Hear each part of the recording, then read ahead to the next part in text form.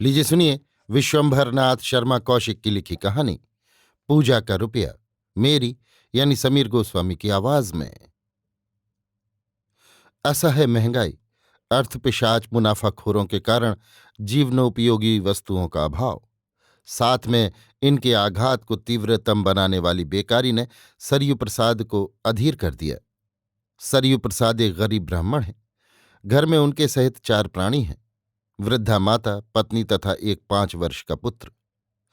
अभी तक सरयू प्रसाद कपड़े के एक व्यापारी के यहाँ माल दिखाने तथा लहना इत्यादि वसूल करने के लिए नौकर थे। वेतन 25 रुपये मासिक था, परंतु इधर मालिक ने 5 रुपये महंगाई के बढ़ा दिए थे। एक दिन सरयू प्रसाद ने मालिक से वेतन वृद्धि की प्रार्थना की। मालिक ने कहा, 5 रुपये तो बढ़ा दिए हैं, अब और क्या चाहते हो? गुजर नहीं होता लाला, 4 रुपये तो मकान का किराया निकल जाता है, बाकी 21 रुपये में खर्च नहीं चलता। 21 रुपये में खर्च नहीं चलता? बहुत से लोग तो 15-15 रुपये देते हैं। हम अपने कहार को 15 रुपये देते हैं, उसका गुजर कैसे चलता है? कहार की बात दूसरी है लाला, उसकी औरत चौका बर्तन करके पैदा करती होगी, आपका सौदा सुलफ लाने में पैसे खाता होगा, आपके चौके में जो कुछ बचता होगा वो उसे मिल जाता होगा। इस तरह उसे 15 के 25-30 पड़ जाते होंगे। ना हमारी औरत कहीं काम करती है और ना हम आपकी चोरी कर सकते हैं। हमें आप जो हाथ उठाकर दे देते हैं वही मिलता है। तुम तो ब्राह्मण हो, तुम्हें भी दान पुण्य मिलता होगा, लाला ने कहा। कोई दान पुण्य नहीं देता। आजकल आप लोग दान पुण्य उसी को देते हैं जो नित्य आपकी हाजिरी बजाता है और प्रत्येक काम में हाजी हाजी करता है। हमसे न किसी की हाजिरी दी जा सकती है और न चापलूसी हो सकती है, इसलिए हमें कोई नहीं पूछता। तो फिर महाराज, घर बैठे तो कोई तुम्हें देने आएगा नहीं। आजकल बिना उद्योग के कुछ नहीं मिलता।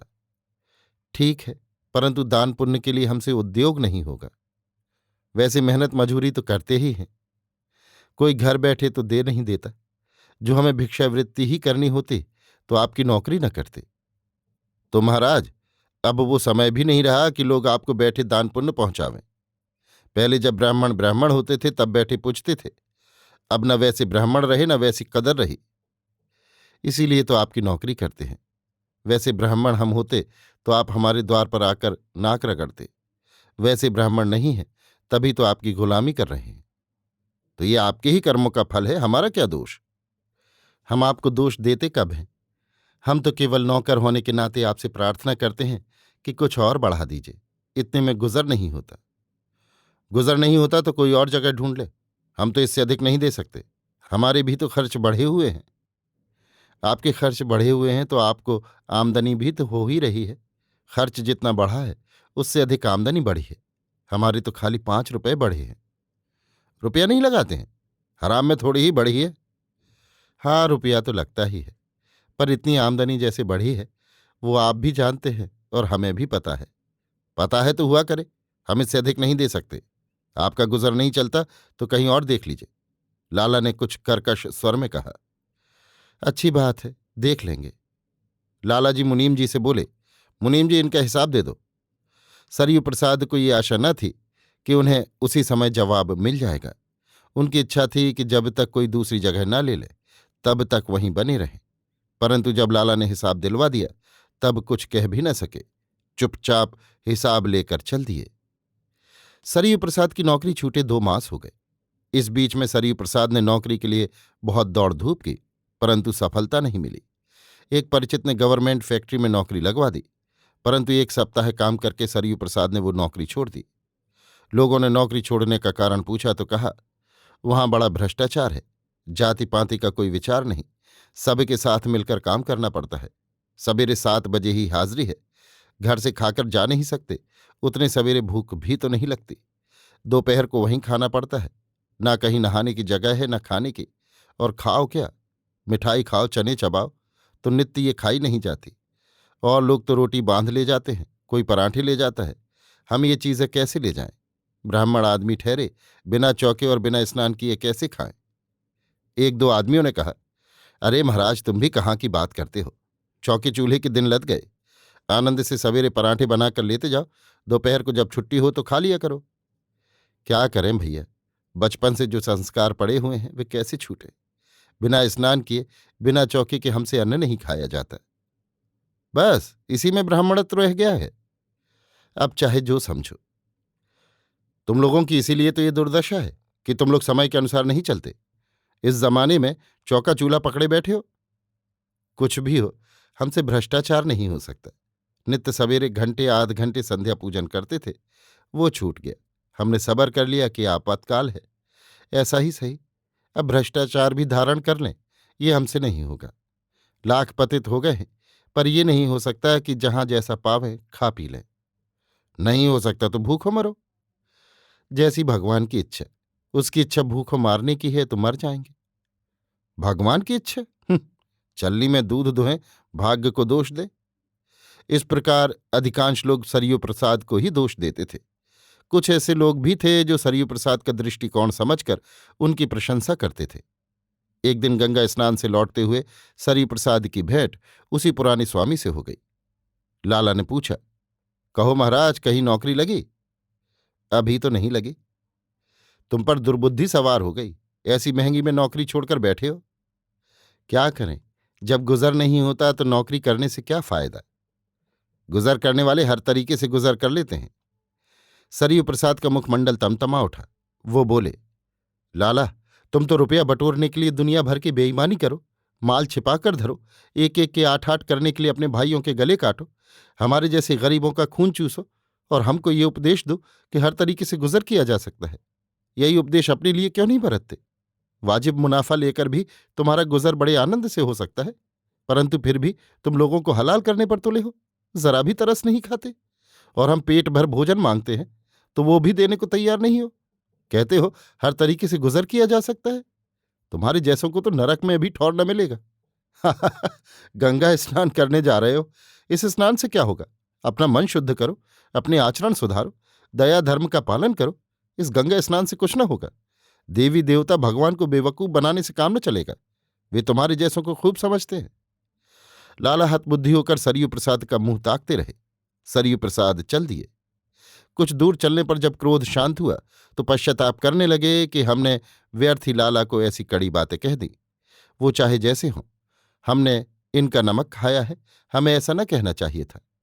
अच्छा, कल क्षमा मांग लेंगे। सरयू प्रसाद की दशा प्रतिदिन खराब होती गई। जो कुछ पास पल्ले था वो सब बैठे बैठे खा गए। इसके पश्चात ऋण लेना आरंभ किया और कुछ दिन इस प्रकार काम चलाया। अंत को एक दिन ऐसा आ पहुंचा कि घर में कुछ न रह गया। उनकी पत्नी बोली, आज आटा दाल कुछ नहीं है। सरयू प्रसाद मिलानमुख होकर बोले, भगवान की इच्छा, हम तो दो एक दिन बिना खाए भी रह सकते हैं, परंतु बबुआ कैसे रहेगा? अम्मा भी बूढ़ी है, उनसे भी भूख न सही जाएगी। तो मैं क्या करूं बताओ? अब कहीं उधार भी नहीं मिल सकता। सरयू प्रसाद बड़ी चिंता में पड़ गए। एक बार चित्त में आया कि लाला के पास चलकर कुछ याचना करें, परंतु फिर विचार बदल गया। सोचा कि भूखों मर जाना स्वीकार है, परंतु लाला से याचना नहीं करेंगे। पत्नी से पूछा, तुम्हारे पास कुछ है? मेरे पास क्या धरा है, जो कुछ था वो सब पहले ही दे चुकी हूं। तो अब एक पैसा भी घर में नहीं है। पत्नी कुछ क्षण सोचकर बोली, 1 रुपया धरा है, पर वो पूजा का रुपया है। दिवाली को लक्ष्मी पूजन पर उसे निकालती हूं। तो लाओ आज उसी से काम चलावें। वो तो मैं जीते जी नहीं दे सकती, पूजा का रुपया खर्च नहीं करूंगी। सरयू प्रसाद ने कहा, हाँ, उसे खर्च तो न करना चाहिए, परंतु फिर आज का भोजन कैसे चलेगा, प्रश्न ये है। ये तो तुम जानो, मैं स्त्री जाति क्या बता सकती हूं। हम तो इस समय स्त्रियों से भी गए बीते हो रहे हैं। कोई कला काम नहीं दे रही है। दोपहर को भोजन नहीं बन सका। माता तो परिस्थिति समझकर चुपचाप रह गईं, परंतु बबुआ ने भूख लगी है कहकर रोना आरंभ किया। माँ उसे बहलाने का प्रयत्न करने लगी, परंतु रोटी का काम बातों से नहीं चल सकता। वो आंखों में आंसू भरकर पति से बोली, ये तो रो रो कर प्राण दे देगा। ईश्वर की इच्छा, हमने तो सब प्रयत्न करके देख लिए, अब केवल उसी का सहारा है। कोई उपाय तो करना ही चाहिए, बबुआ का कष्ट नहीं देखा जाएगा। उपाय यही है कि वो पूजा का रुपया निकालो, आज उसी से काम निकाला जाए। कल का राम मालिक है। परंतु कल क्या होगा ये तो सोच लो। पूजा का रुपया भी चला जाए और कल फिर वही दशा हो तो उससे क्या फायदा? इस समय को देखो, कल की चिंता मत करो। क्या बताऊं, वो रुपया खर्च करते मेरे प्राण से निकलते हैं। यदि मैं अकेली होती तो चाहे भूखों ही क्यों न मर जाती, पर वो रुपया न खर्च करती। परंतु इस समय तो दो प्राणियों के जीवन मरण का प्रश्न है। पत्नी कुछ क्षण सोचकर बोली, अच्छा तो ले जाओ, भगवान की ऐसी ही इच्छा है। ब्राह्मणी ने रुपया निकाल कर दिया। रुपया देते हुए वो फूट फूट कर रोने लगी। रुपये को माथे से लगाकर वो बोली, चाहो लक्ष्मी महारानी, इस कंगाल के घर में तुम्हारा गुजारा नहीं हो सकता। सरयू प्रसाद अश्रुपूरित नेत्रों से रुपया लेकर बाहर निकले। कुछ ही दूर चले थे कि उन्हें लाला का आदमी मिला। वो बोला, हम तो तुम्हारे ही पास जा रहे थे। सरयू प्रसाद ने पूछा, कहो, लाला ने तुम्हें बुलाया है? अभी? हाँ, कहा है कि साथ लेकर आना। अच्छा चलो। सरयू प्रसाद लाला के पास पहुंचे। लाला ने पूछा, कहीं नौकरी लगी? कहीं नहीं। सरयू प्रसाद ने सिर झुकाकर उत्तर दिया। उनके नेत्रों में आंसू उमड़ रहे थे। तो फिर यहीं आ जाओ, तुम्हारी पुरानी जगह है। सरयू प्रसाद कंठ गदगद होने के कारण कुछ न बोले। लाला ने कहा, तुम्हें 35 रुपये मिलेंगे। तुम 30 मांगते थे, हमने 35 कर दिए। अब तो प्रसन्न हो? अब सरयू प्रसाद के आंसू नहीं रुके, अंगोछे से आंसू पहुंचने लगे। लाला बोले, हमसे जो गलती हुई हो उसे क्षमा करना। खर्च वर्च है कि नहीं? सरयू प्रसाद बोले, नहीं, आज अभी तक चूल्हा भी नहीं जला। राम राम, बड़े सीधे ब्राह्मण हो। ऐसा सीधापन भी अच्छा नहीं होता। हमसे आकर खर्च ले जाते।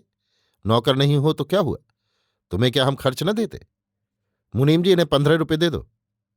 सरयू प्रसाद रुपए लेकर बोले, कल से आएंगे। हाँ, कल से आना। सरयू प्रसाद घर लौटे तो भोजन सामग्री लेते गए। पत्नी को पूजा का रुपया वापस देकर बोले, लो, रुपया बच गया। पत्नी रुपये को माथे से लगाकर हर्षपूर्वक बोली, मेरी लक्ष्मी महारानी लौट आई, अब हमारे बुरे दिन निकल गए। सरयू प्रसाद हंसकर बोले, नौकरी मिल गई और 10 रुपये तरक्की हो गई। ये सब इन्हीं की कृपा है। अच्छा, अब जल्दी रसोई बनाओ, सब भूखे बैठे हैं। अभी आप सुन रहे थे विश्वंभरनाथ शर्मा कौशिक की लिखी कहानी पूजा का रुपया, मेरी यानी समीर गोस्वामी की आवाज में।